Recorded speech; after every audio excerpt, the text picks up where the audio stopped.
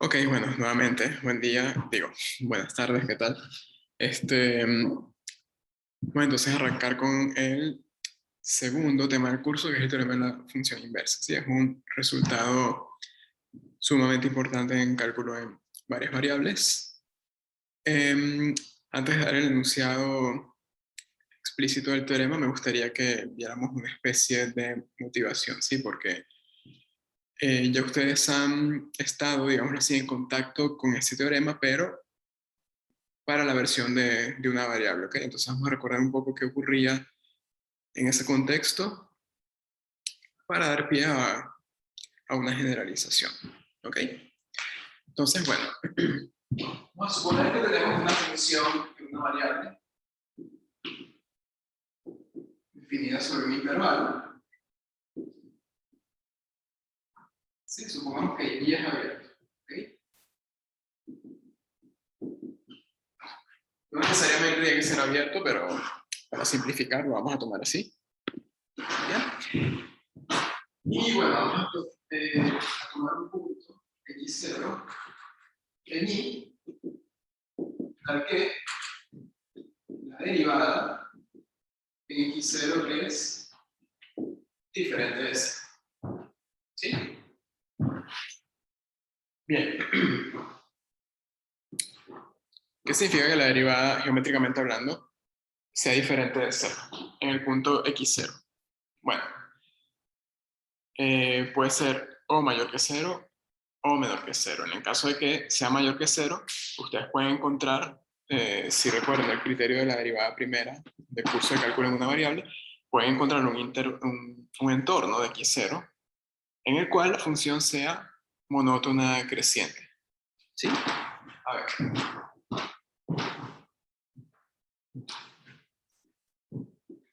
Supongamos que acá tenemos el intervalo. Sí, digamos que va de A a B. Y bueno, por acá tenemos que graficar la función. La gráfica genérica, si ustedes la dibujan como quieran. Entonces, bueno, ¿qué pasa cuando teníamos un punto en el dominio en el cual la derivada era positiva? Bueno, que si ustedes trazaban la recta tangente a la curva, a la gráfica de esta función que pasa por ese punto de x0, esa recta tangente quedaba apuntando hacia arriba porque su pendiente, es decir, la derivada primera de x0, era positiva. ¿Ok? Y eso, en cuanto a la gráfica de f, lo que quería decir es que acá, alrededor de x0, uno puede conseguir un entorno U, en el cual la función es monótona creciente. ¿Sí? Ok.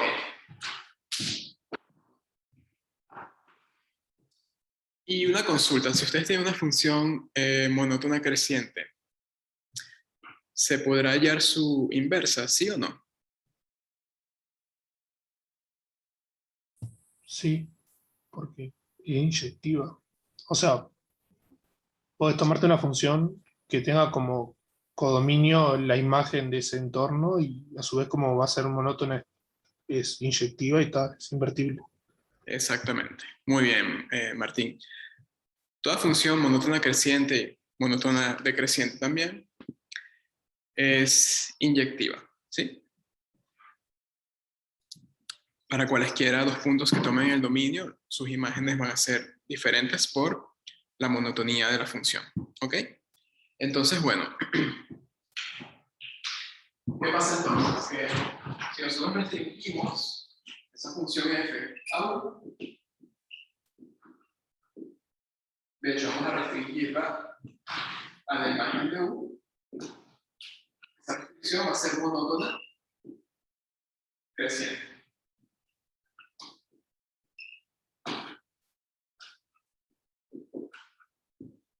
Y eso a su vez implica que f es inyectivo.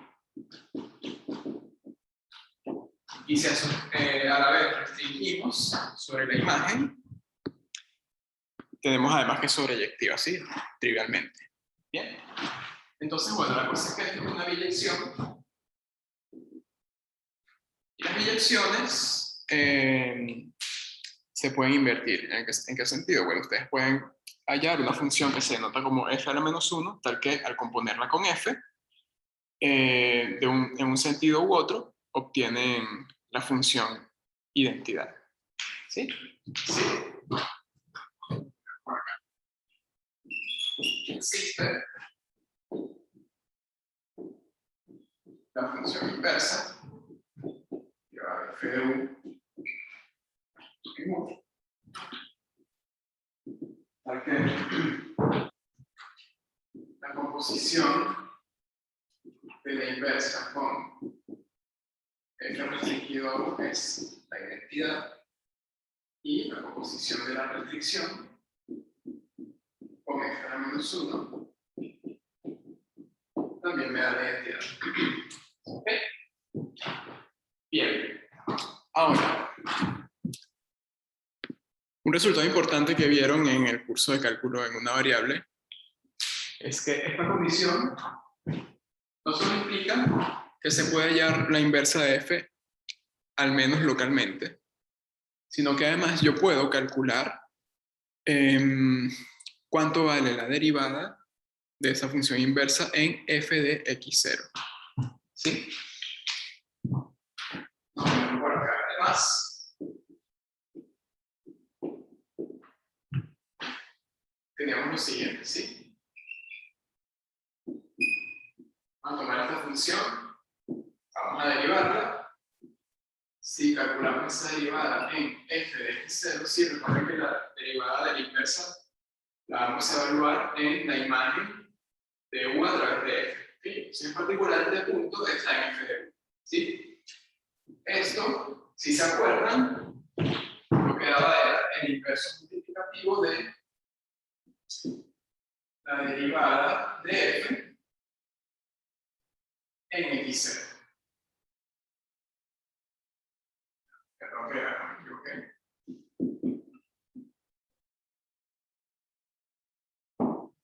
Sí, esto era lo que se obtenía. Entonces esta condición es bastante fuerte porque me dice que no solo puedo invertir, sino que además puedo decir cuánto vale la derivada de la inversa en este punto. ¿Ok? De hecho, en algunas situaciones no siempre es muy claro cómo calcular explícitamente una fórmula para la función inversa. ¿Ok? Sin embargo, yo no necesito la fórmula que define la función inversa para poder calcular su derivada en f de x0. ¿Okay? ¿Por qué? Porque lo único que necesito es conocer la derivada de f de x0 para poder calcular esto. Bien. Esa dificultad de hallar una expresión para esa función inversa que está allí se ve incrementada en funciones de varias variables. ¿Ok? Entonces, el teorema de la función inversa, en cierta forma, lo que nos permite es ahorrar ese cálculo explícito de la inversa de una función. Sí, lo que nos interesa únicamente es derivarla o, en el caso de varias variables, calcular derivadas parciales o diferenciales. ¿Ok?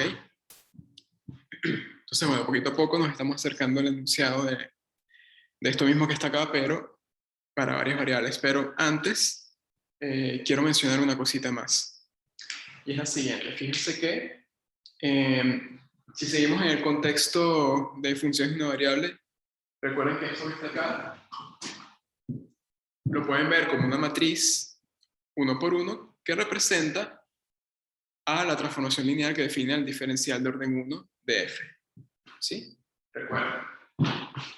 El diferencial de f, en este caso en x0, era una transformación lineal, en este caso de R, que se definía de esta forma.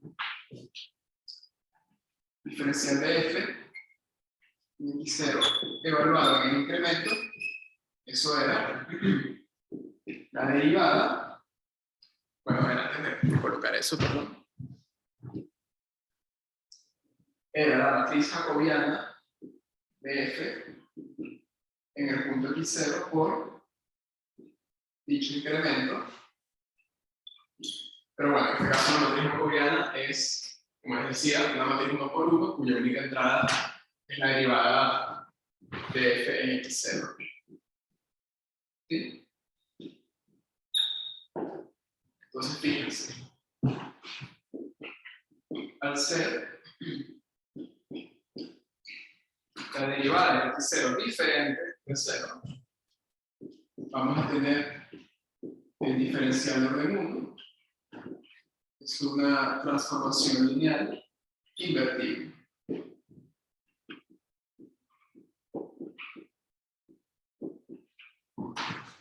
De hecho, es muy sencillo. ¿Ok? ¿Por qué les hago esa observación? Bueno, recuerden que nos interesa interpretar esto para funciones de varias variables, ¿sí? Entonces, ¿quién es el análogo en varias variables de este señor que está aquí? El diferencial de orden 1 en un punto x0. Bien. Entonces, bueno, pedir esto para funciones de varias variables, lo que va a significar es pedir que el diferencial de orden 1 de la función, en el punto donde nos interesa invertirla, va a ser una transformación lineal invertible. ¿Ok? Entonces, bueno. ¿Hay preguntas hasta ahora? Lo que vamos a hacer a continuación es enunciar el teorema, pero les pregunto si me siguen de momento con la motivación.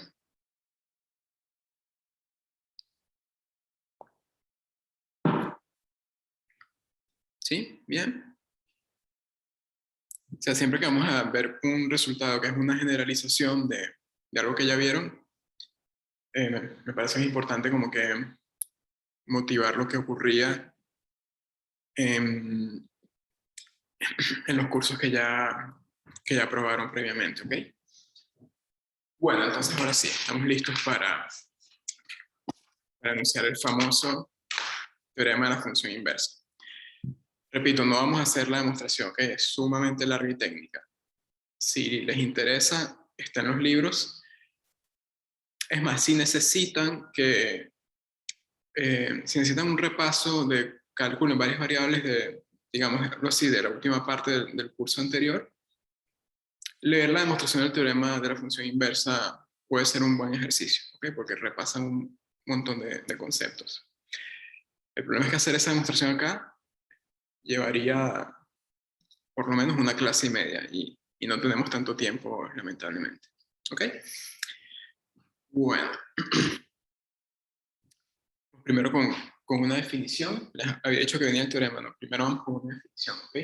Yo les hablaba acá en esta motivación de que la función f la estamos invirtiendo localmente, es decir, que podemos hallar un entorno acá de 0 en el cual es posible determinar, aunque no necesariamente calcular, la inversa de una función, ¿ok? Entonces, bueno, vamos a definir ahora qué significa que una función de varias variables sea localmente invertible, ¿ok? Por cierto, en este tema vamos a trabajar únicamente con campos vectoriales de Rn en Rn, ¿sí? Sin cambiar las dimensiones del dominio y codominio de dicho campo, ¿sí? Bien. Ya para el tema de la función implícita sí vamos a cambiar un poco esas condiciones, pero de momento van a ser funciones entre el mismo espacio euclidiano, en este caso Rn. ¿Bien? Ok, entonces, definición.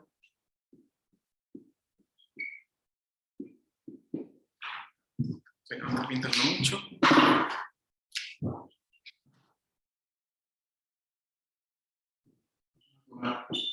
F.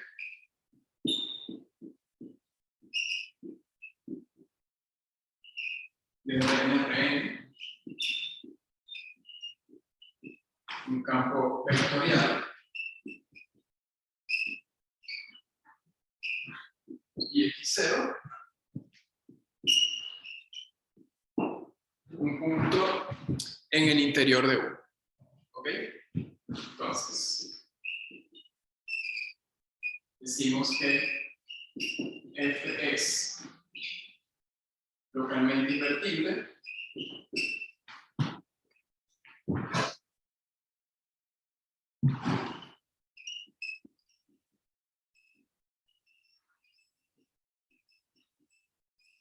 en 0 si existe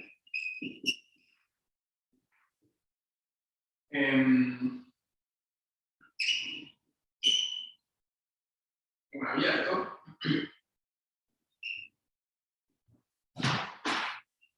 vamos a llamarlo B y que contiene el punto x0 tal que la restricción de f sobre B es biyectiva.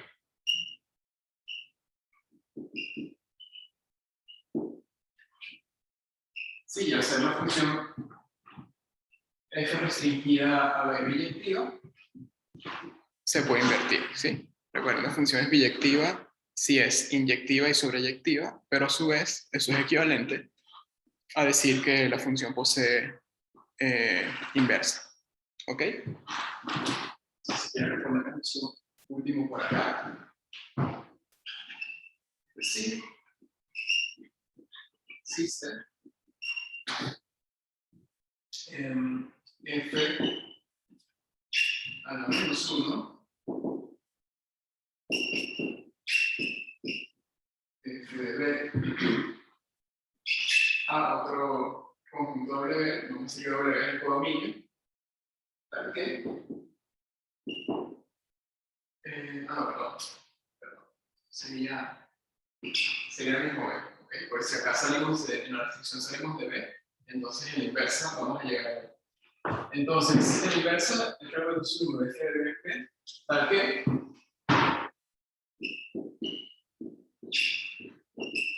esto compuesto con la restricción es la identidad sobre B y la restricción compuesto por la inversa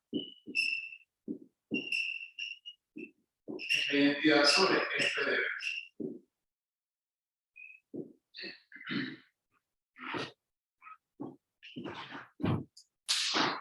Bien. Eso es lo que significa ser localmente invertible, ¿sí? Es básicamente lo que ya les había dicho acá, pero bueno, presentado en un lenguaje de varias variables. El teorema de la función inversa lo que garantiza son condiciones suficientes para que un campo vectorial en un punto sea localmente invertible. Bien. Entonces, bueno, ¿qué dice ese teorema? Lo siguiente. Ya se los presento. Vamos a volver acá.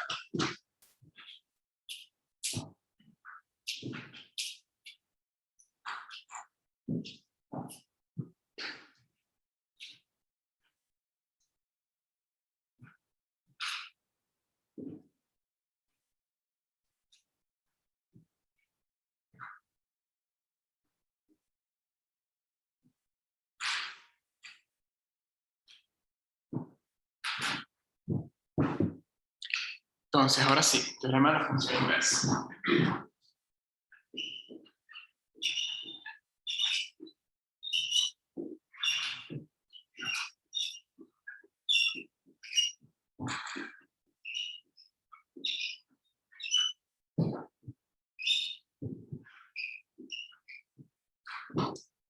Un momentito, déjenme cambiarle la tinta a esto.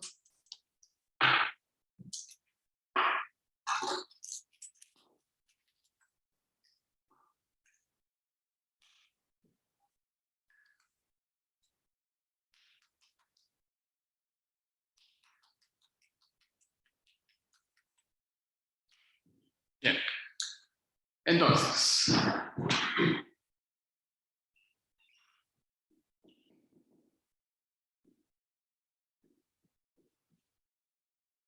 tomamos nuevamente un campo vectorial.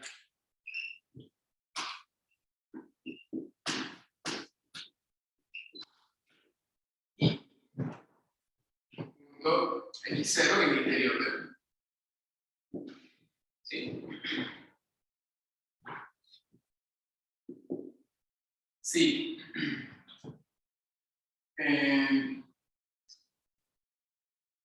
La jacobiana de f en x0 es una matriz. Por cierto,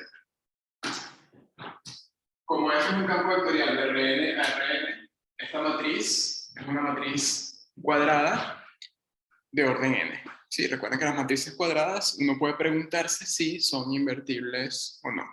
¿Ok? Vamos a poner eso por acá. Es una matriz cuadrada con coeficientes en R. ¿Sí? Entonces, si esta matriz es invertible,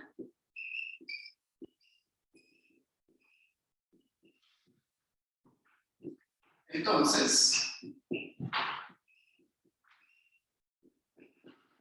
F es localmente invertible.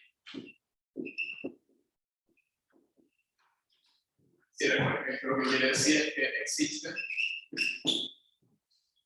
un abierto P contenido en U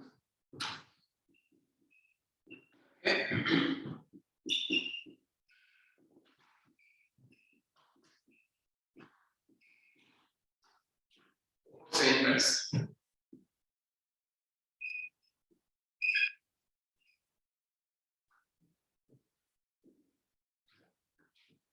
Sí, la inversa la estamos anotando simplemente como esta función a la menos 1.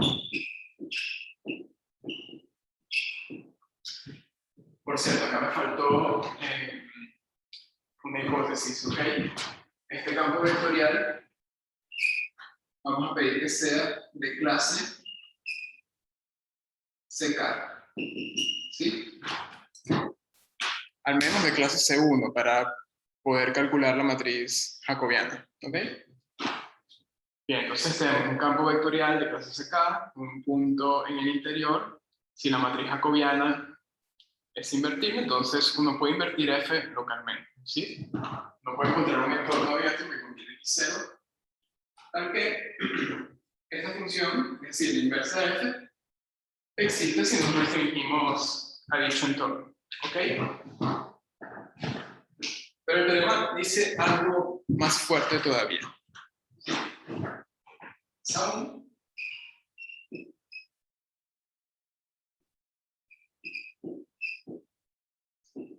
Esta inversa también va a ser de clase CK.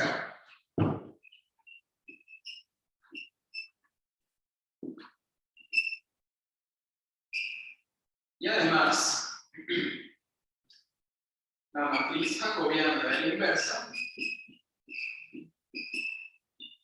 en el punto f de x0 es la inversa de la matriz jacobiana de f en x0. Bien. Lo que antes les aparecía como 1 sobre f' en x0 para funciones de una variable, ahora viene reemplazado por esta identidad. Bien. Es decir, que si una función tiene matriz jacobiana invertible, entonces yo puedo determinar quién es la jacobiana de la función inversa local. Es decir, yo puedo determinar quién es el diferencial de orden 1 de f a la menos 1. A lo mejor yo no puedo calcular explícitamente una fórmula para f a la menos 1, ¿ok? O a lo mejor es muy complicado y perdemos demasiado tiempo en eso. Pero yo tengo una forma bastante rápida de saber al menos quiénes son las derivadas parciales en f de x0 de la función inversa. Esas derivadas parciales, toda esa información va a estar contenida en esta matriz jacobiana. ¿Ok? Al ratito hacemos algunos ejemplos, ¿sí? No se preocupen. Perdón, llegaron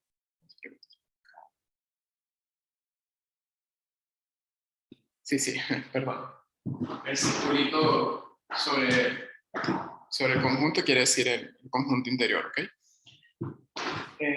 Hay versiones del teorema donde piden de una vez que el dominio sea abierto, ¿ok? Pero bueno, lo colocamos un poquito más general acá. Bien. A ver, una consulta para ustedes.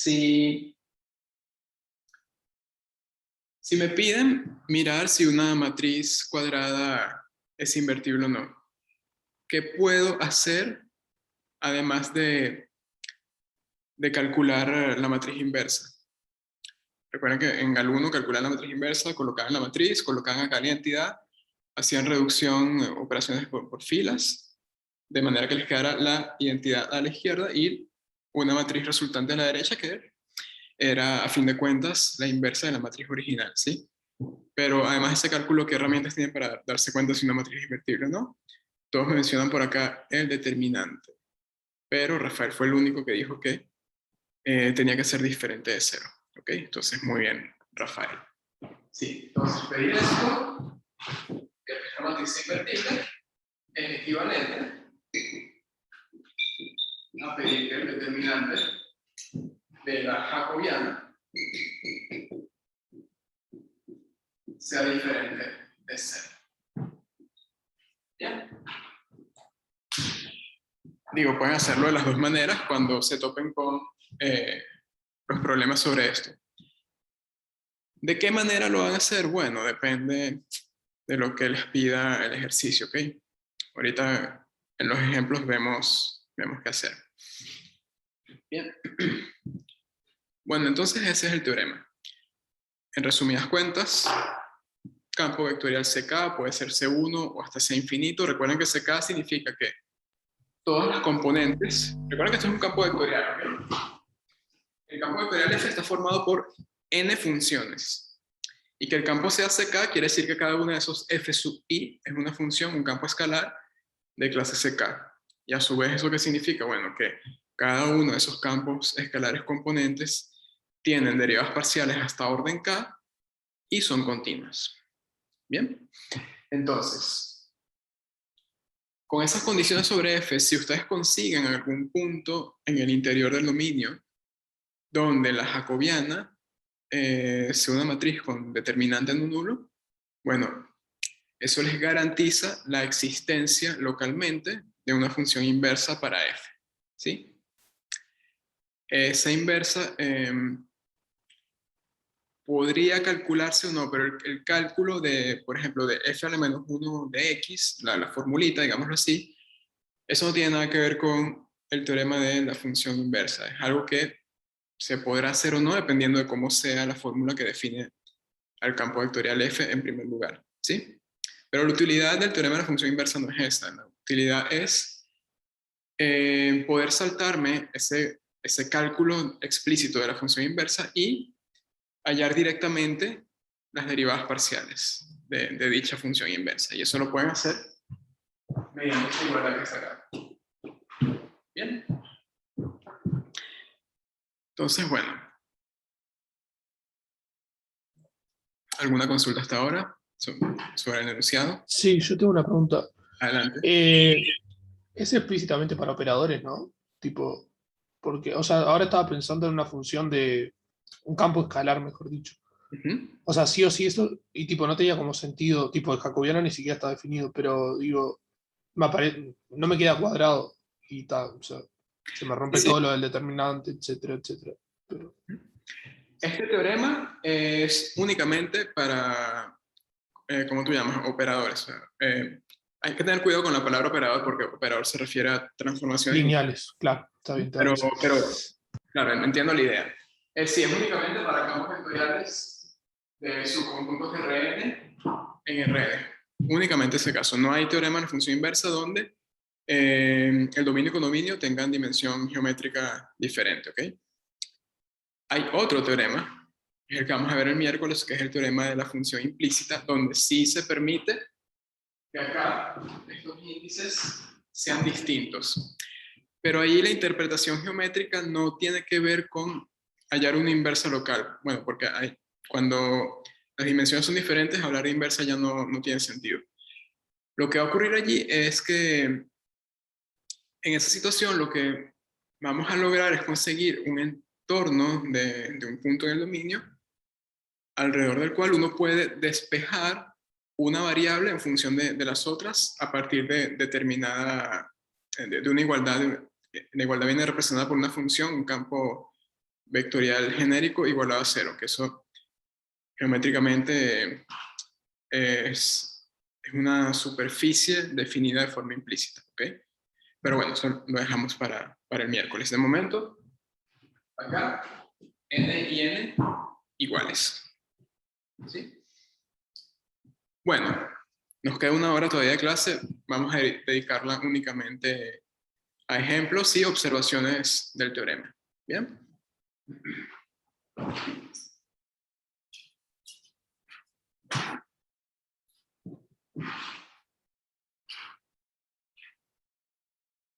Bien, para una primera observación, les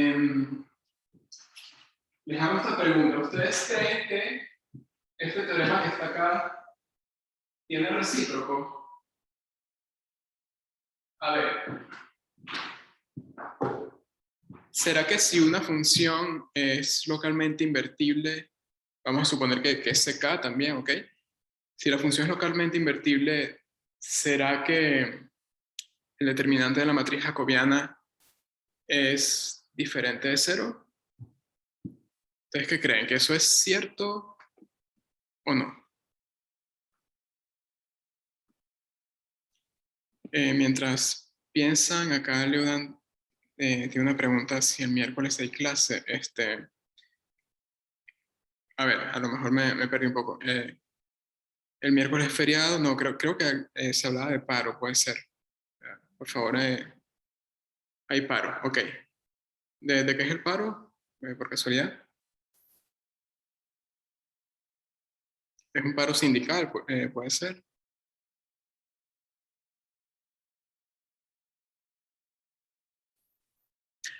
A ver, porque si es un paro sindical, como no estoy inscrito, digámoslo así, a ningún sindicato, no tendría por qué acatarlo.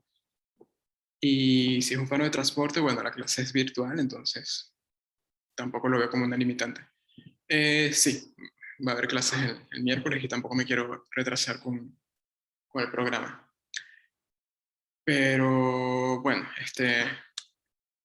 yo aviso en el EVA que vamos a tener clases normalmente, ¿ok? Sí, yo había escuchado algo por ahí en las noticias, no me acordaba, gracias por el recordatorio. Ajá, entonces, ¿qué creen? ¿Que esto tiene recíproco? Piénsenlo en una variable, ¿sí? Para función es una variable únicamente. Si una función de una variable es localmente invertible, ¿será que su derivada es cero? Perdón, es diferente de cero.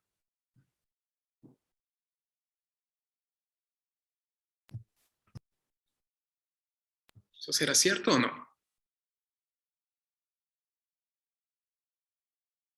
Sabemos que si una función tiene derivada no nula, va a ser monoduna creciente o monoduna decreciente, y bueno, uno puede invertir localmente, ¿sí? Ahora, si yo puedo invertir una función localmente, ¿será que la derivada es diferente de cero? ¿Se les ocurre alguna demostración de eso? O si creen que no es cierto, algún contraejemplo. Se me ocurre, capaz le estoy agarrando mal, pero el valor absoluto Claro, pero es que ahí tienes el problema que no es... derivable, por eso. Claro. En el caso de x a la 3, que ponele en cero, que sea biyectiva en un entorno, pero en cero la derivada es cero. Entonces no se cumpliría. Excelente, Juan. Excelente. Sí. El recíproco del teorema de la función inversa no se cumple. ¿Okay? Como contraejemplo está la función y el punto que indicó Juan en su intervención. ¿Bien? Entonces vamos a poner eso por acá.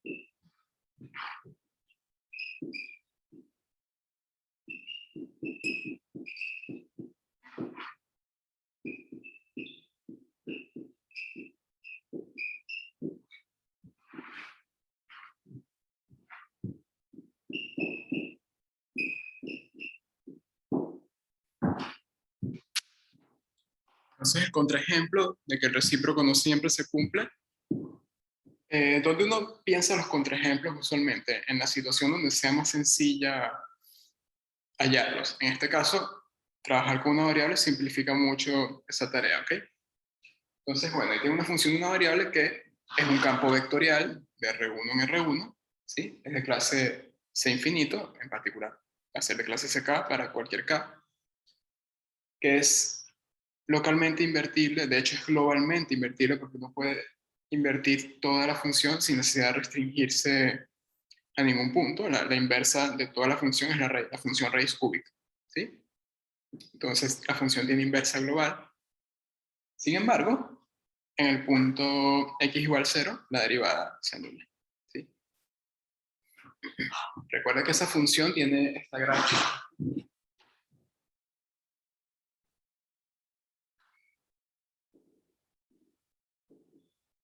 ¿Sí? Y es 0 la función es creciente, ¿ok? Sin embargo, en ese punto la derivada se anula. Bien. Ok. Vamos entonces con un primer ejemplo de cómo podemos aplicar ese teorema que está allí. Bien.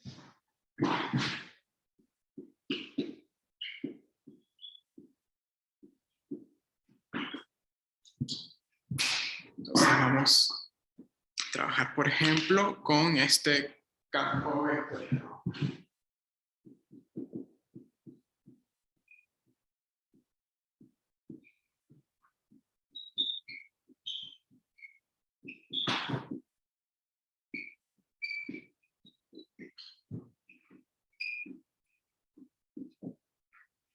Sí.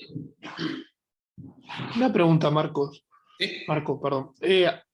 Todo esto viene dado por por el teorema de conservación del signo, ¿no? Pero en la derivada. O sea, porque estoy analizando ese de x a la 3 y el tema es que, claro, como si tenés una raíz, en realidad vos no estás seguro de qué pasa en los entornos. Ahora, si la derivada es distinto de cero, vos sabés que podés encontrar siempre un entorno donde el signo se va a mantener de la derivada y por eso podés decir que es monótona e invertible. Sí, sí, eso para una variable. Para una variable sí, obvio. Claro. Está. Sí, sí, correcto. Sí, lo que pasa es que ya con varias variables, como tienes matrices, Y estaba tratando de pensar eso y por eso te preguntaba. Claro, no se me ocurre, no hay como un crecimiento, o sea, no hay como cosas intuitivas claro, de signo y eso. Bien. sí, sí, acá, o sea, las matrices no tienen signos. O sea, Claro. sí, lo más parecido a eso es cuando estudiamos la hessiana, y ¿cómo se llama? Y estudiamos las formas cuadráticas asociadas a la matriz hessiana, que uno podía preguntarse si la forma cuadrática era definida positiva o definida negativa. Ese sería como que el equivalente a tener signos, ¿sí? Pero bueno, acá no, la cosa no va por allí precisamente. Bien, voy a empezar con este primer ejemplo, sencillo. Vamos a ver en qué puntos uno puede invertir localmente esa función. ¿Sí? Entonces, bueno, vamos a calcular en general quién es la matriz jacobiana y luego ver cuándo se puede hallar la inversa. ¿Bien? Entonces, bueno, esta función está compuesta por dos campos escalares. Este que está acá va a ser f1 de xy, y este que está acá, f2 de xy. Bien.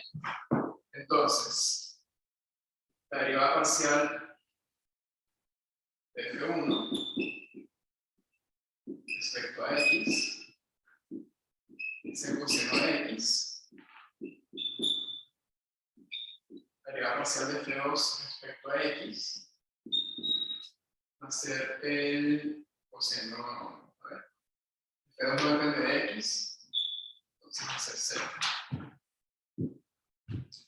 La derivada parcial de f1 respecto a y, la suma va a ser 0, y la derivada parcial de f2 respecto a y va a ser el coseno de y.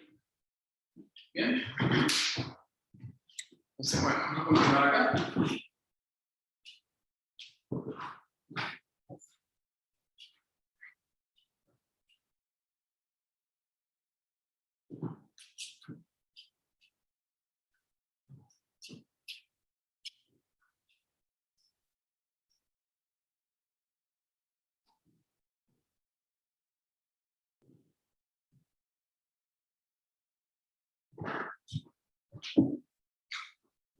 Entonces, en general,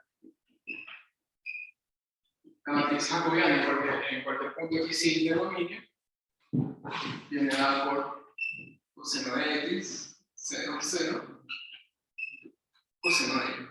¿Sí?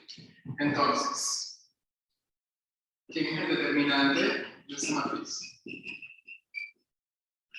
Bueno, el determinante de esto es coseno de x por coseno de y. Y esto es diferente de 0, sí, solamente sí. El coseno de x es diferente de 0, y a su vez, el coseno de y es diferente de 0. ¿Sí? Es decir, que esa función que está allí va a ser localmente invertible en un montón de puntos, en infinitos puntos, ¿sí? En cualquier punto donde estas dos condiciones se cumplan simultáneamente. Bien, si alguna de ellas falla, la función no es que no necesariamente no vaya a ser localmente invertible, sino que no podríamos aplicar el teorema de la función inversa en ese caso. ¿Sí? Entonces, a ver, en cualquier punto donde se cumpla esto y esto, podemos invertir localmente la función. Por ejemplo, en 0, 0. En 0 el coseno es 1, entonces el determinante va a ser 1. ¿Sí? Vamos acá.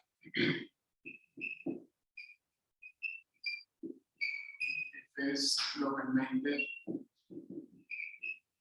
invertible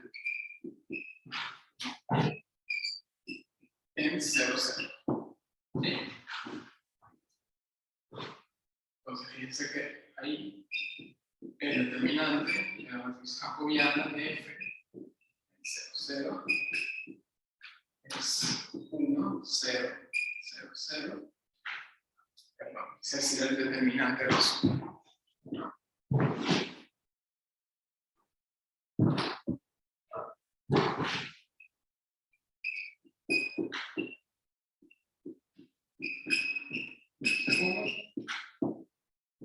Diferente de 0, entonces, por el teorema de la función inversa, este tiene inversa local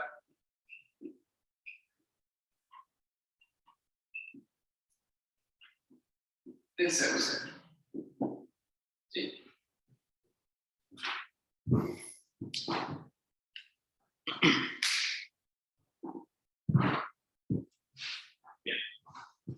Bien. Vamos a arrancar para continuar.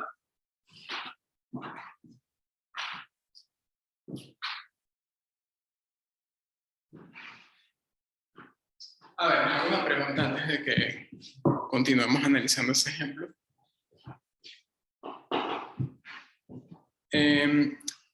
Esa función que está allí es invertible para empezar. Porque, a ver, antes de aplicar el teorema de la función inversa para ver si podemos invertir la función localmente, uno lo primero que puede preguntarse es si la función se puede invertir globalmente, es decir, si puedo calcular una función inversa de R2 a R2.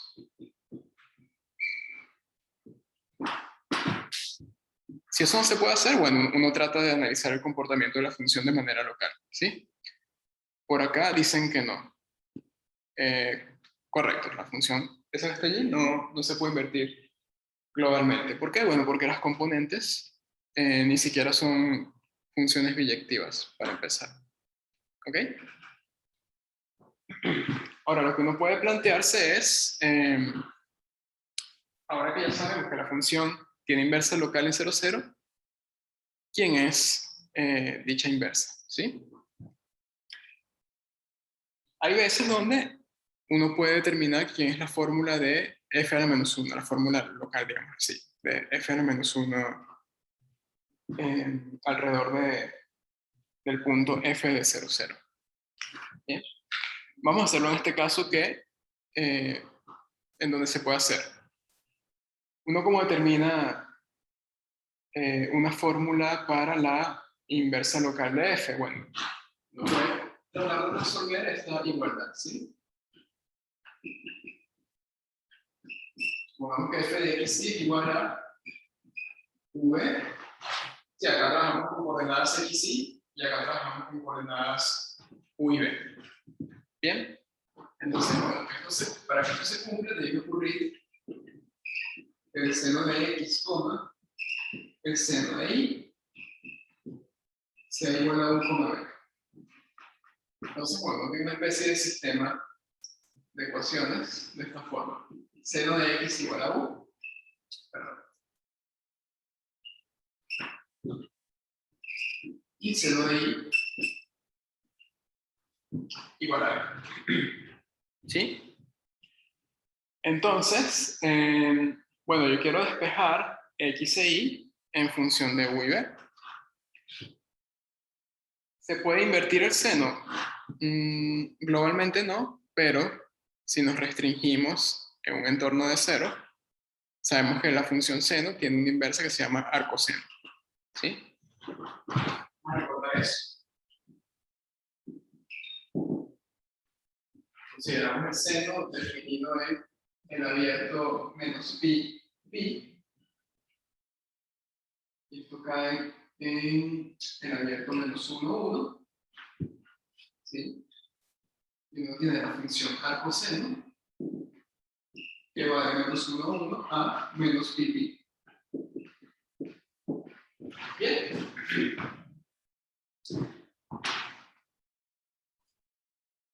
Eso, bueno, deberían saberlo, pero si no se acuerdan, gráficamente lo pueden ver también. Recuerden que entre menos pi y pi, la función seno se comporta de esta manera. Bien. En particular, va a ser monótona creciente, y si es monótona creciente es invertible. ¿Ok? Entonces, bueno. Perdón. Borrar acá lo que queda.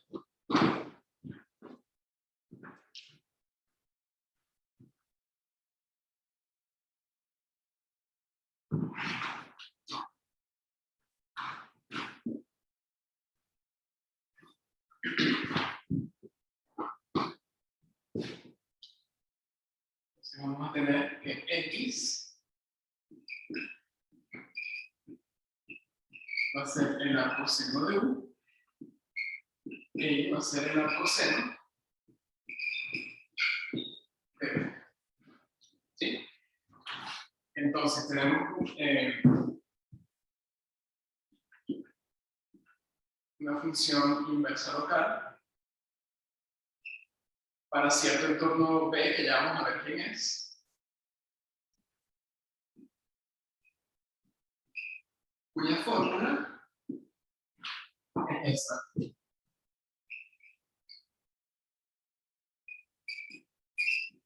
La coseno de U. La coseno de B. ¿Sí?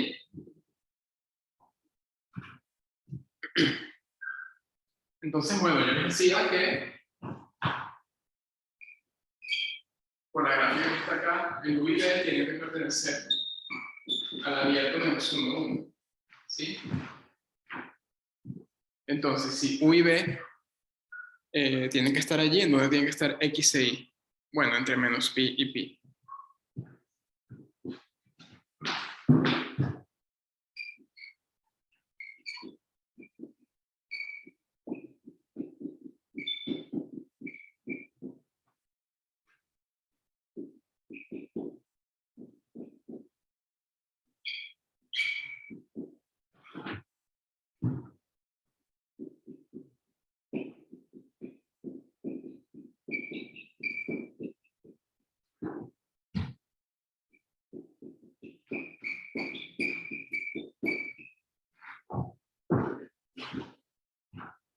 Tenemos esta restricción que está acá en este producto de intervalos, cuya imagen es este producto de intervalos, y la inversa va a ir entonces de menos 1, 1 por menos 1, 1 en menos pi, pi por menos pi, pi. Bien. ¿Y cuánto vale la inversa? Bueno, en este caso lo pudimos determinar, ¿sí? La inversa evaluada en V es el arcoseno de U con el arcoseno de B. Entonces, si les preguntan cuánto vale la matriz jacobiana en f de 0, 0, pueden hacer dos cosas. Bien. Allá las derivas parciales de esto, evaluar en f de 0, 0 y tienen la matriz, o invertir esto de acá. Bien. Normalmente uno hace lo segundo, porque ya el teorema de la función inversa te dice quién va a ser la inversa de la matriz jacobiana, perdón, quién va a ser la matriz jacobiana de la función inversa local. ¿Sí? Esto realmente no es necesario hacerlo para determinar quién es la jacobiana de la función inversa local, ¿sí? Lo hice en este caso para mostrarles situaciones donde sí se puede hacer. ¿Okay? Pero, repito, no siempre es así. Entonces, bueno, en este caso, otra cosa que implica el teorema de la función inversa es que la jacobiana de la restricción, o mejor dicho, de la inversa de la restricción, de la inversa local, en f de 0, 0. Bueno, f de 0, 0 es 1, entonces sería la jacobiana de la función 1, 1, y eso es la inversa de la jacobiana de f en 0, 0. Pero esta jacobiana no teoría de identidad. Bueno, entonces, esto es la matriz de identidad de orden 2. ¿Sí?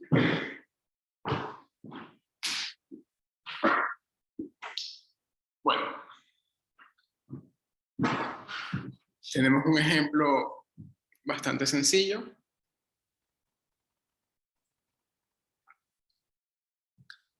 Si en ese ejemplo alguien no se sabe lo que dice el teorema de la función inversa y le piden calcular esto, bueno, allí puede zafar haciendo esto de acá, ¿ok? Un poco más largo, pero va a llegar a lo mismo. Si quieren, como verificación, calculen la jacobiana general de esto.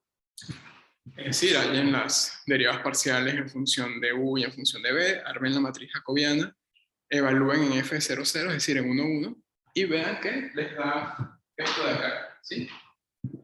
Háganlo como ejercicio para que se convenzan de que lo que dice el teorema de la función inversa es cierto.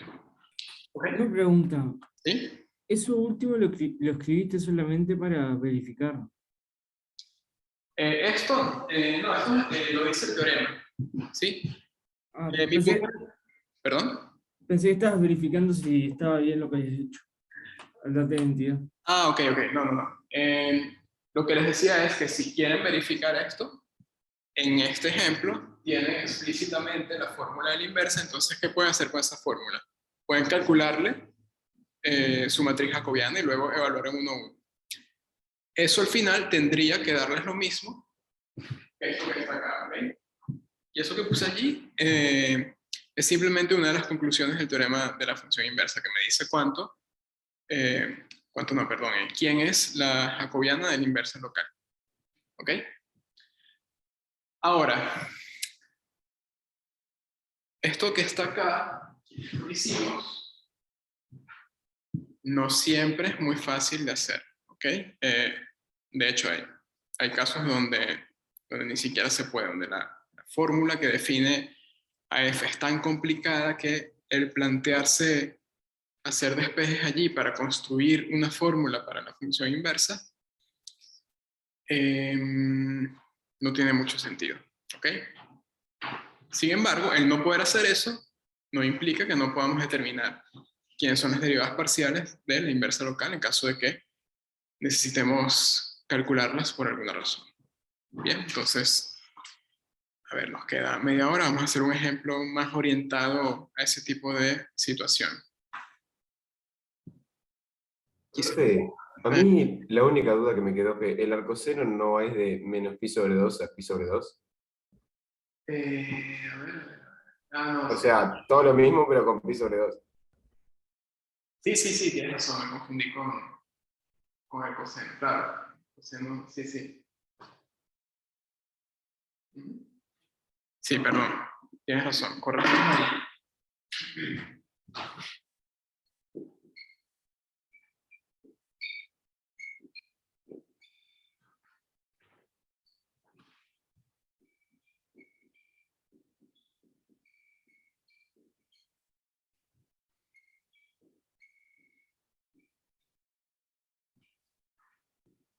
Y ya quedó, ¿no? Sí.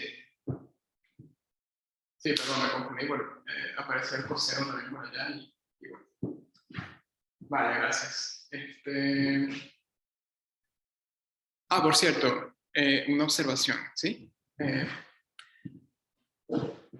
La inversa local no necesariamente es única, ¿sí? Fíjense que en este caso lo que hicimos fue determinar quién es el conjunto B maximal sobre el cual la función f se puede invertir.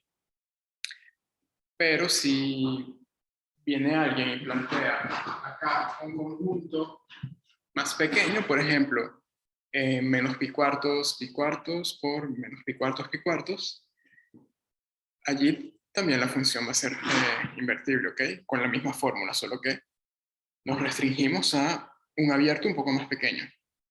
Entonces, bueno, las inversas locales pueden ser diferentes en el sentido de contención de dominio, ¿sí? Uno puede tomar una restricción más grande o más pequeña. Uno normalmente, en el caso de que se pueda determinar explícitamente quién es B, uno suele colocar el mayor conjunto sobre el cual se puede hallar la función inversa. ¿Bien? Ok. Déjame revisar qué otros ejemplos tenemos por acá. Capaz hacemos un par de ejemplos más, ¿ok?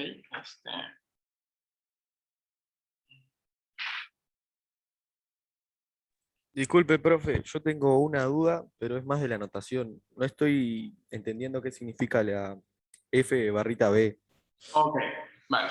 La Capaz que lo función expliqué bien. que vimos originalmente era F, ¿sí? Un campo vectorial. En este caso, F iba de R2 a R2. Ahora, acá colocamos esto y no esto. Pues si yo coloco esto así, lo que estoy indicando con la notación es que F es invertible en todo R2, y eso en este caso no es así. Eso serviría únicamente para funciones que son globalmente invertibles.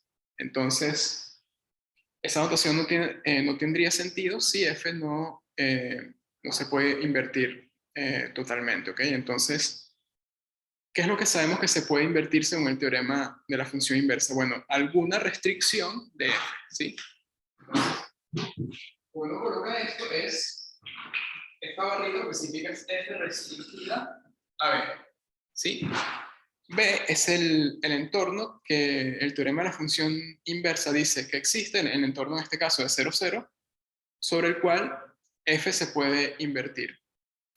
En otras palabras, si yo tomo F y la restringo sobre B, esa nueva función resultante, a pesar de que tenga la misma fórmula que F, pero el dominio es diferente porque el dominio ahora es B, esa restricción sí, sí va a tener una función inversa. ¿Ok? Entonces, todo esto lo que diré es la inversa de F restringida B, a la cual también nos referimos como inversa local. ¿Por qué local? Bueno, porque nos estamos concentrando únicamente en un entorno de algún punto en donde se satisface la hipótesis del teorema de la función inversa.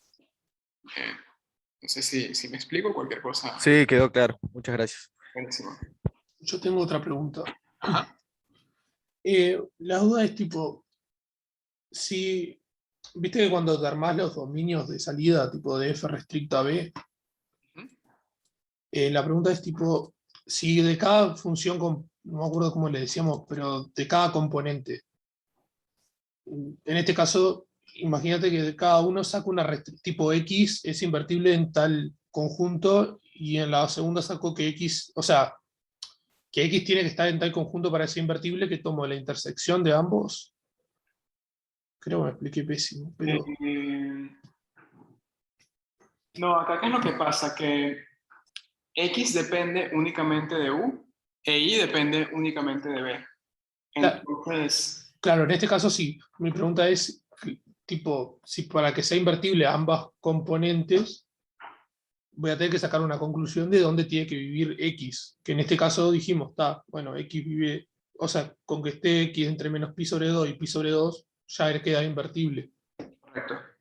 Ahora, si yo saco alguna, tipo, de la función componente de la primera, no me acuerdo el nombre, de F1, ponele, Ajá. sacabas que X tiene que estar en tal conjunto para que sea invertible, y de F2 sacas que X tiene que estar en tal conjunto para que sea invertible, que tomo la intersección para que sea invertible en ambas. Ya te entendí, Martín. Sí, sí, claro, porque sí, tendrías que tomar la intersección porque necesitas que ambas condiciones de invertibilidad, por llamarlo de una manera, se cumplan, ¿sí? Como quieres despejar en Claro, ambas ecuaciones, sí, tendrías que considerar la intersección de esas dos condiciones.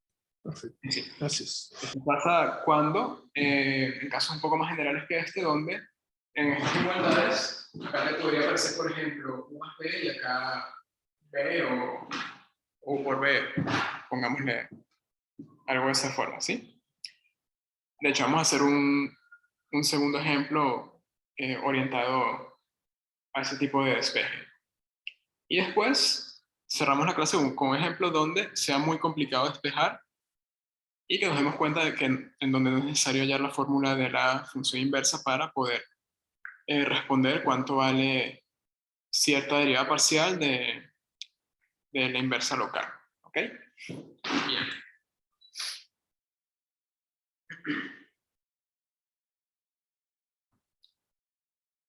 Eh,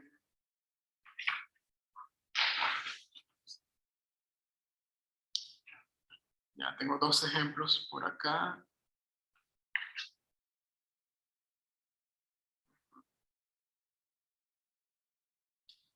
Sí, bueno, vamos a hacer este otro.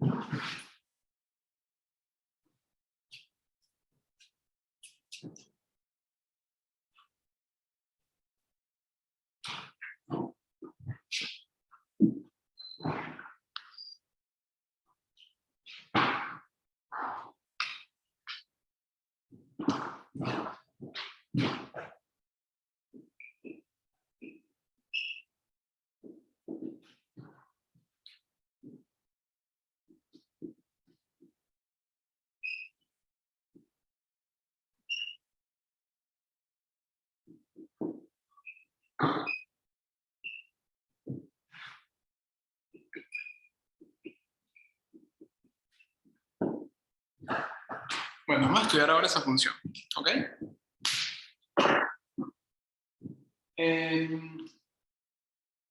Esa función que está allí no es globalmente invertible, ¿sí? No tiene una función inversa que vaya de R2 a R2. Se los dejo como ejercicio, pero pueden encontrar un par de puntos diferentes cuyas imágenes a través de H coincidan. Bien. Ahora, ¿será que esa función la podemos invertir localmente? Bueno, vamos a ver en qué puntos eso se puede hacer. Si les piden, por ejemplo, determinar el conjunto de puntos donde una función es localmente invertible, lo que tiene que hacer es calcular la matriz jacobiana de la función en general, en función de x e y, y bueno, luego estudiar en dónde el determinante de esa matriz jacobiana es diferente de 0. ¿Ok? Entonces, bueno, vamos a hacer eso para la función h y ver en dónde tenemos chance de invertir y en dónde no. Okay. Entonces, bueno, recuerden, esta primera componente vamos a llamarla h1, a esta la vamos a llamar h2, la derivada parcial de h1 respecto a x, sencillo, 1, la derivada parcial de h1 respecto a y, 0, no depende de y, la derivada parcial de h2 respecto a x, perdón, 2x. Y la derivada parcial de h2 respecto a y. ¿Sí? Entonces, en general, la matriz jacobiana en cualquier punto, x y del dominio, que en este caso es R2, vale 1, 0, 2x y 1. ¿Sí? El determinante de la jacobiana en cualquier punto entonces es 1. ¿Sí? Este por este menos este por 0, entonces me da 1. Por lo cual tenemos, por el teorema de la función inversa, que h es localmente invertible en cualquier punto de R2.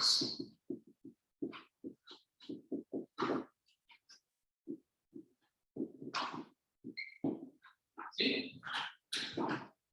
Fíjense lo importante de este ejemplo. Una cosa que ocurre aquí que no ocurría en el ejemplo anterior.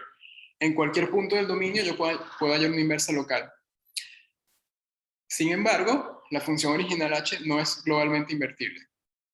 No sé si me explico. El hecho de que yo pueda invertir localmente en cualquier punto del dominio no me garantiza que yo pueda construir, como que, digamos así, ensamblar todas las inversas locales y obtener una inversa global. No, eso no siempre se puede hacer, ¿ok? Como en este caso. Repito, les comenté al principio que uno puede darse cuenta que la función no es globalmente invertible. Sin embargo, por la cuenta que acabamos de hacer y gracias al teorema de la función inversa, en cada punto de R2 sí se puede hallar una inversa local para la función. ¿Ok?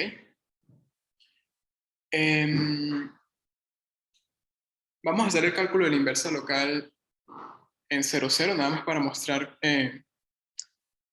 cómo despejar, digamos así, cómo hacer el cálculo explícito cuando las relaciones no son de esta forma, ¿sí? En el ejemplo anterior teníamos x únicamente en función de u e y únicamente en función de b. Acá eso no ocurre. ¿Bien?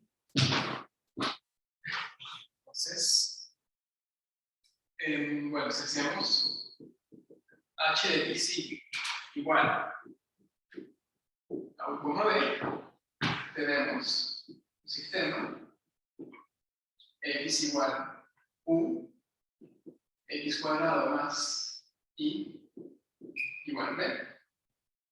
Entonces, bueno, a partir de ahí, ¿qué tenemos? Si x es igual a u, usando la segunda ecuación, tenemos u cuadrado más i igual a b. ¿Sí? Entonces, ¿qué hacemos acá? X ya lo tenemos en función de U. Queremos Y en función de B. En función de U y B, perdón.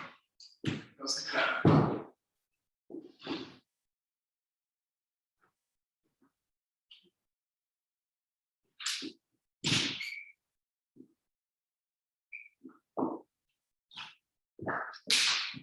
¿Sí? Tenemos entonces eso. Ok, bueno, porque H menos 1 de hoy y B queremos que nos dé X, Y, porque al componer esto con esto, queremos tener la función identidad. Ok, entonces.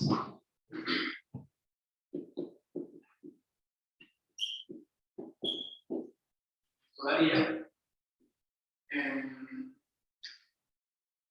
Perdón, ¿cómo era acá? 1, B menos U cuadrado.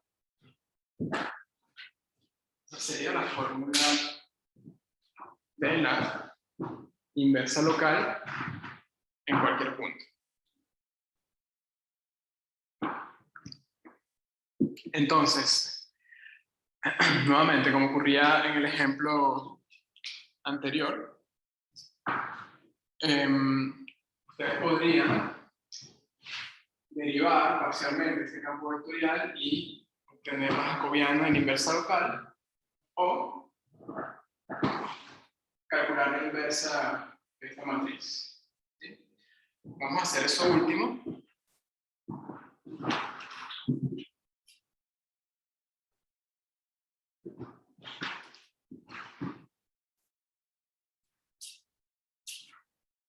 Y bueno, con eso cerramos este ejemplo y hacemos otro más.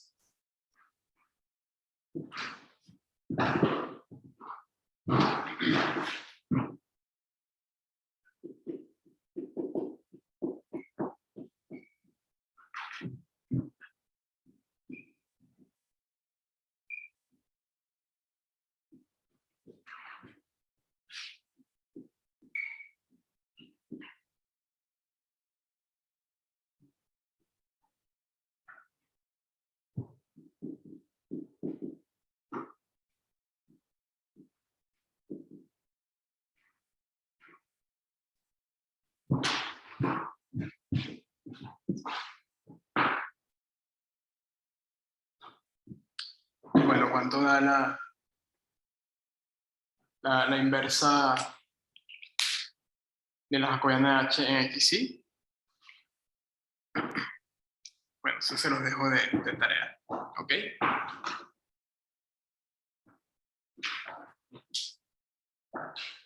Bien.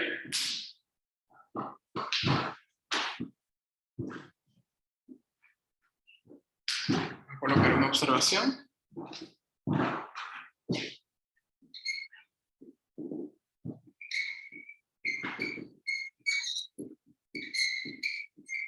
Siempre es posible, o es muy difícil,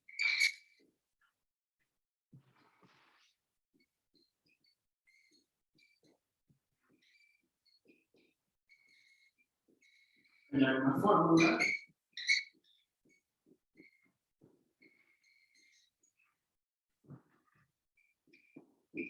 para la inversa local.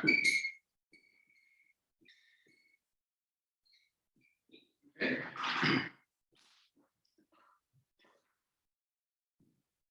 Si estamos en esa situación, eso no quiere decir que no podamos hacer cálculos de derivadas parciales en determinados puntos para esta función que está acá. ¿Okay? Entonces, bueno, vamos a hacer un último ejemplo para cerrar con este teorema, donde nos pidan hallar la derivada parcial respecto a alguna de las variables de la inversa local, sin necesidad de despejar y calcular una fórmula para esa expresión. ¿Sí? Ese es el chiste realmente, o el sentido, mejor dicho, del teorema de la función inversa. Entonces, bueno,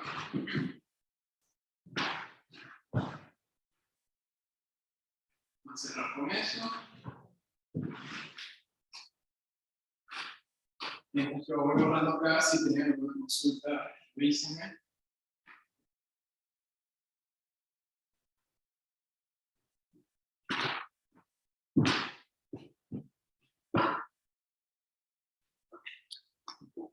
Bien, hasta ahora, pregunto.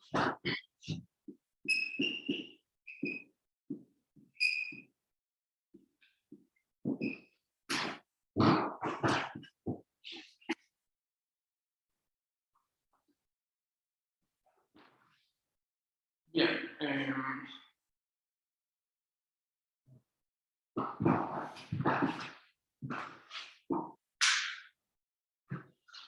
Bueno. ¿Cuánto quedan? 10, poco más de 10 minutos. Vamos a hacer un último ejemplo, ¿ok?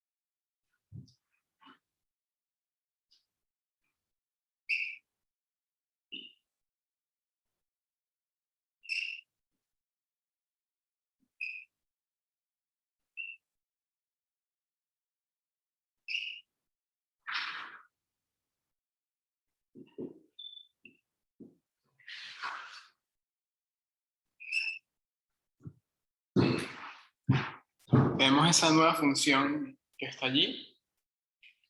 Función q de x y dada por, en la primera componente, exponencial de x, coseno de y. En la segunda, exponencial de x, seno de y. Nos piden dos cosas. Probar que q es localmente invertible en 0, 0. Y hallar cuánto vale la derivada parcial respecto a la variable b de la primera componente de la inversa local, ¿sí?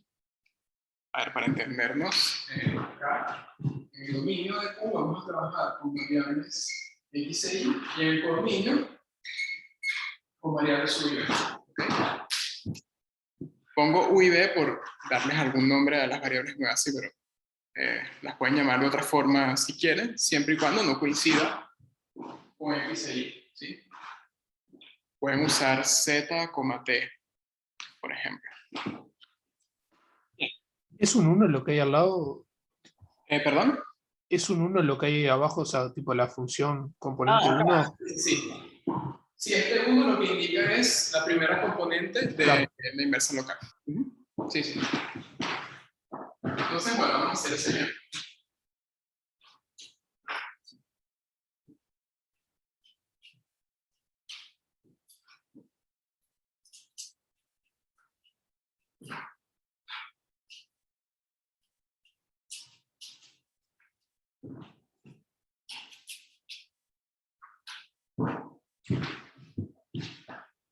Bueno, lo primero es que nos están preguntando si la función es localmente invertible en 0, 0.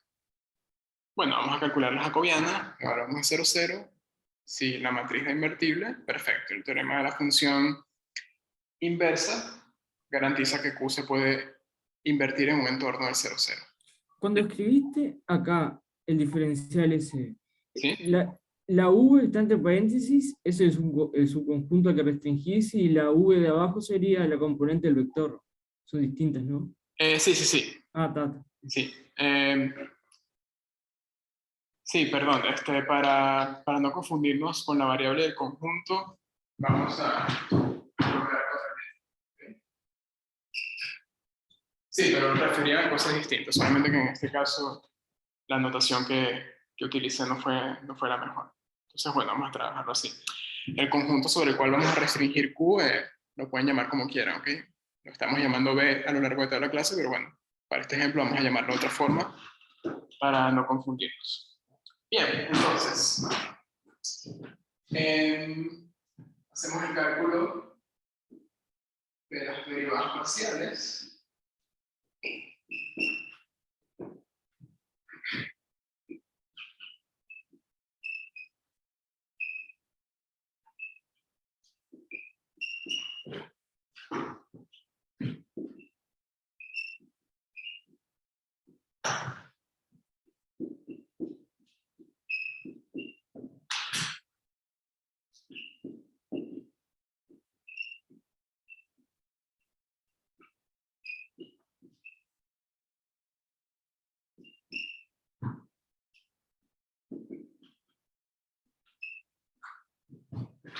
Bueno, entonces en 0, 0, ¿qué tendríamos?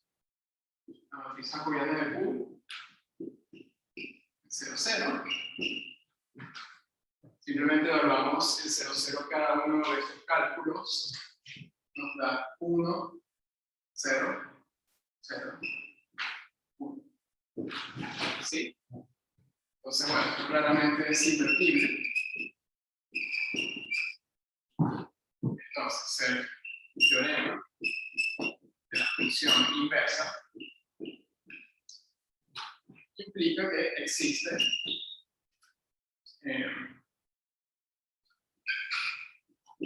un abierto de R2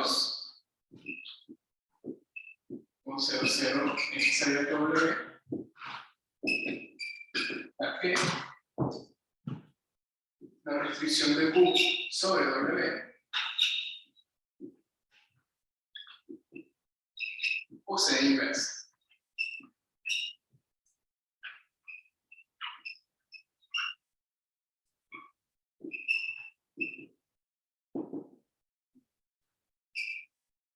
Bien.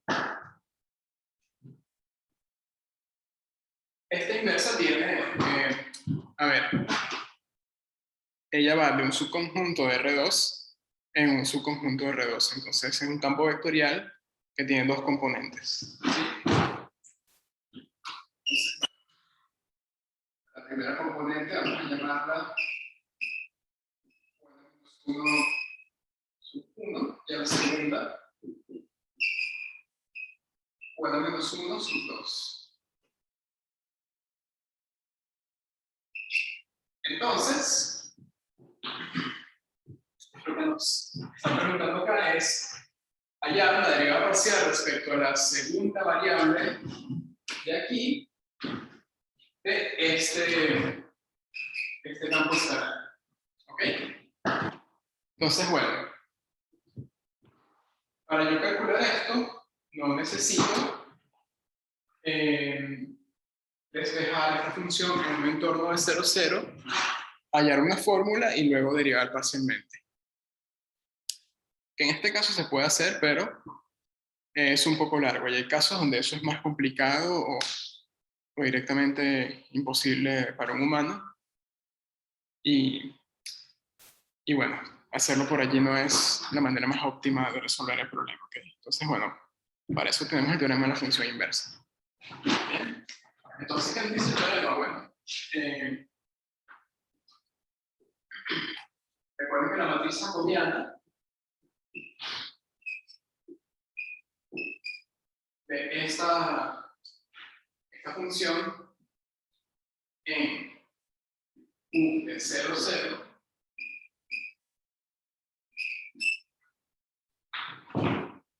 ¿quién es? Bueno, la derivada parcial.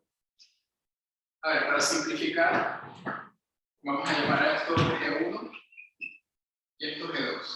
Sí, sí, para no tener que estar escribiendo tanto. Simplificar un poquito la notación. Entonces, esto va a ser la derivada parcial de G1 respecto a U, la derivada parcial de G1 respecto a E, la derivada parcial de G2 respecto a U y la derivada parcial de G2 respecto a E. Entonces, lo que nos están preguntando, Por cierto, todo eso evaluado en Q de 0, 0. ¿Sí? Me falta ponerlo allí por un tema de espacio. Lo que me está preguntando es esto. Entonces, ¿qué hay que hacer? Bueno, hallar esta matriz, fijarnos en esta entrada, y eso va a ser el resultado que me está pidiendo acá. ¿Bien? ¿No te está pidiendo la otra? Perdón. Sí, está acá. Sí, es esta.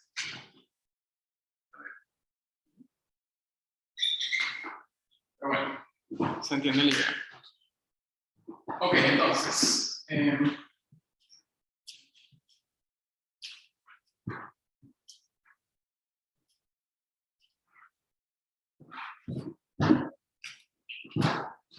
Vamos a terminar acá.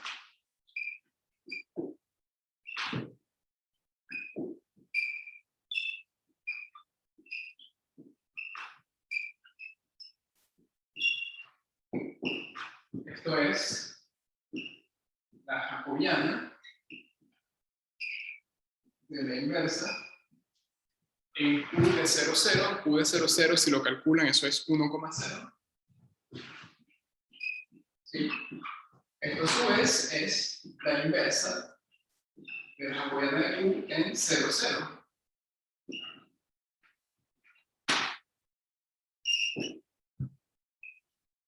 Ahora, esta matriz la calculamos hasta acá, es una matriz de identidad de orden 2. Y la inversa de eso tiene es, bueno, la misma matriz de identidad. Es decir, 1, 0, 0, 1. Por lo tanto, bueno, nos están pidiendo esto, ¿no? Entonces, bueno, ¿esto quién es? Esto de acá. Entonces tenemos que la derivada parcial de 1 respecto a b en el punto 1, 0 es 0. ¿Sí? Entonces, fíjense. Logramos calcular una derivada parcial de una componente de la inversa local sin determinar explícitamente quién es la fórmula para esta función que está acá. ¿Okay? No hace falta hallar una fórmula para la inversa a fines de calcular esto o cualquier otra derivada parcial. Si yo puse esa por mencionar alguna, pero voy a calcular todas estas también, ¿sí? Con la información que tienen en esta matriz. Me perdí un poquito al final ahí. Ok, explico de nuevo, ¿sí? No, pará. J de Q restringido en U. Ta. No sé, había leído G, no entendía, ya. Sí, a ver. Sí, había leído cualquier cosa ahí, sí. Y por el teorema de la función inversa, esta es la inversa de esta. ¿Ok?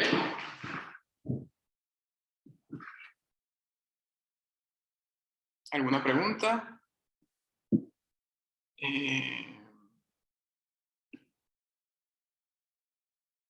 Bueno, acá José ha preguntado algo, Martín le respondió.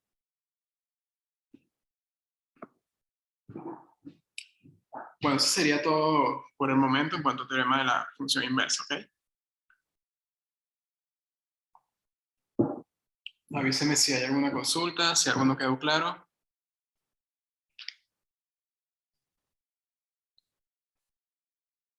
El ejercicio anterior, el 2, que Sí, dijiste que era localmente invertible en todos los puntos, pero no globalmente.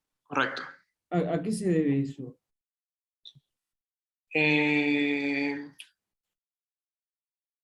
Buena pregunta.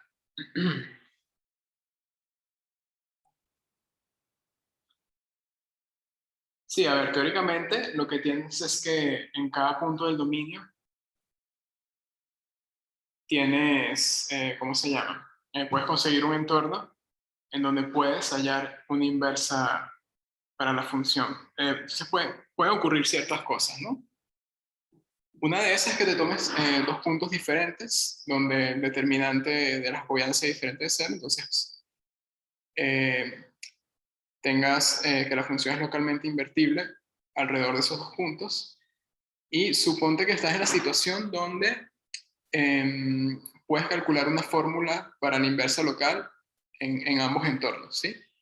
Hay casos en los cuales la fórmula que obtienes en un entorno es diferente a la fórmula que obtienes en otros los entornos, ¿sí? Entonces allí no puedes tener una inversa global. ¿Por qué? Porque de haber una inversa global, la fórmula para las inversas locales debería ser todas iguales, ¿sí?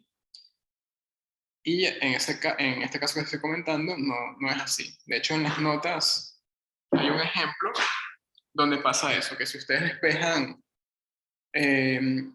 alrededor de cierto punto, tienen una fórmula diferente para el despeje de la inversa que si despejan en otro punto donde también se cumplen las hipótesis del teorema de la función inversa. ¿Ok? En principio es eso, que no necesariamente puedes hallar una fórmula general para la inversa global. Y eso ocurre, bueno, en principio porque la función no tiene por qué ser biyectiva, la función con la que arrancas. Y por otro lado, vas a tener situaciones donde si tú te mueves de un punto a otro donde se cumplen las hipótesis del teorema, las fórmulas para las inversas locales te pueden resultar diferentes.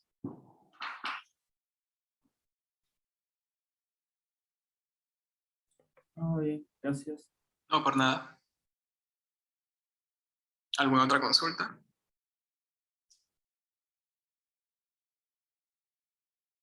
¿No? Bueno, si no, bueno, me despido de ustedes, gracias por venir. Los prácticos arrancan mañana con teorema de la función inversa, ¿ok? Este práctico está un poquito mezclado en el siguiente sentido. Les pueden aparecer primero ejercicios del teorema de la función implícita, luego del teorema de la función inversa, ¿ok? Entonces, bueno, si leen el primer ejercicio, por ejemplo, y no les sale con lo que hemos visto hasta ahora, no se asusten, es porque seguramente corresponda a algún ejercicio del teorema de la función implícita, ¿ok? Entonces, bueno, si tienen ese problema con la letra del práctico, consulten con los docentes de práctico y ellos los van a saber orientar sobre a qué tema corresponde cada pregunta, ¿ok? Muy bien, entonces es todo por hoy, nos vemos el miércoles sí voy a dar clases y vamos a ver una versión un poco más general de este teorema, ¿ok? El llamado teorema de la función implícita. Bueno, todo por hoy, cuídense, hasta luego.